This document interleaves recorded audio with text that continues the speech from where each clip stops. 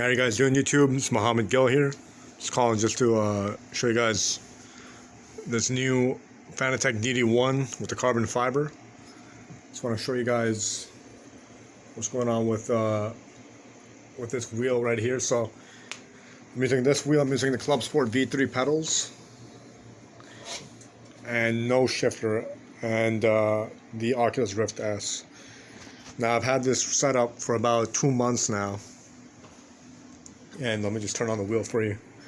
And then there's a button right in the back that you press to mind the rat's nest of wiring here. There's a button right there. Just press that, and the wheel begins its starting configuration. And you can see what's going on here with that. So after about 2 months of usage, I can say that confidently this is way better than a G29, which is what I usually use.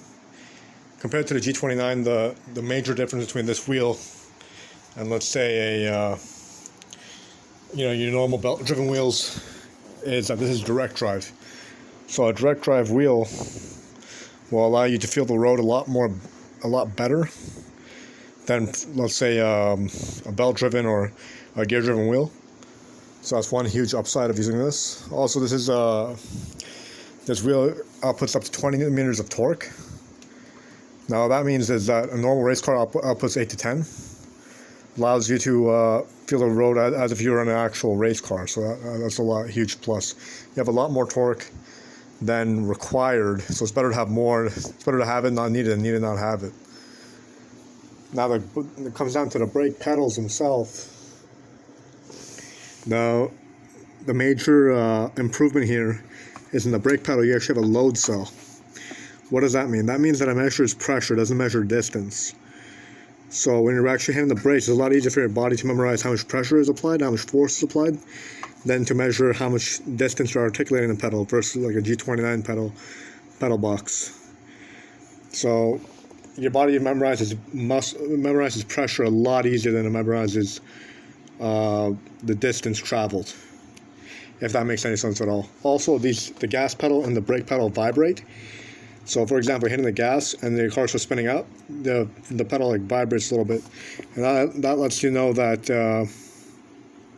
the car is going sideways a little bit, or you're losing traction.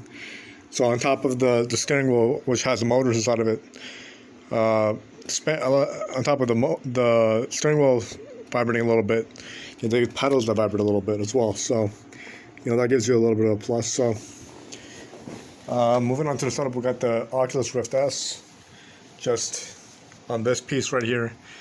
I think that the Oculus Rift S is not the best VR headset in the market, of course, but it is one of the cheaper ones. And if you account for the fact that the Oculus Quest 2, you have to pay $100 for a wire just to connect to your PC to lower the latency so you don't puke.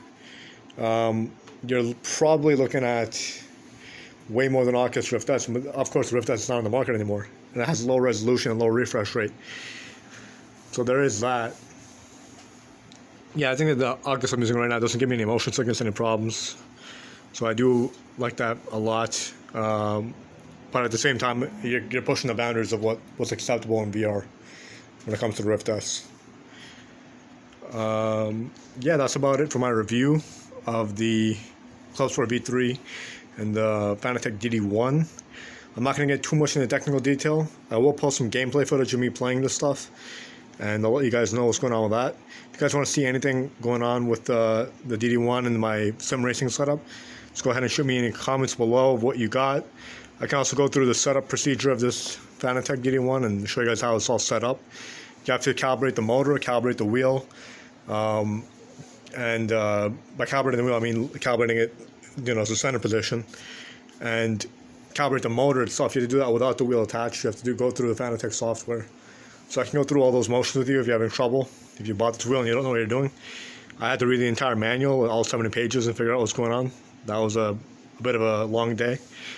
But yeah, that's about it I got for this video. Go ahead and give me a subscribe, a thumbs up, and a like if you want to.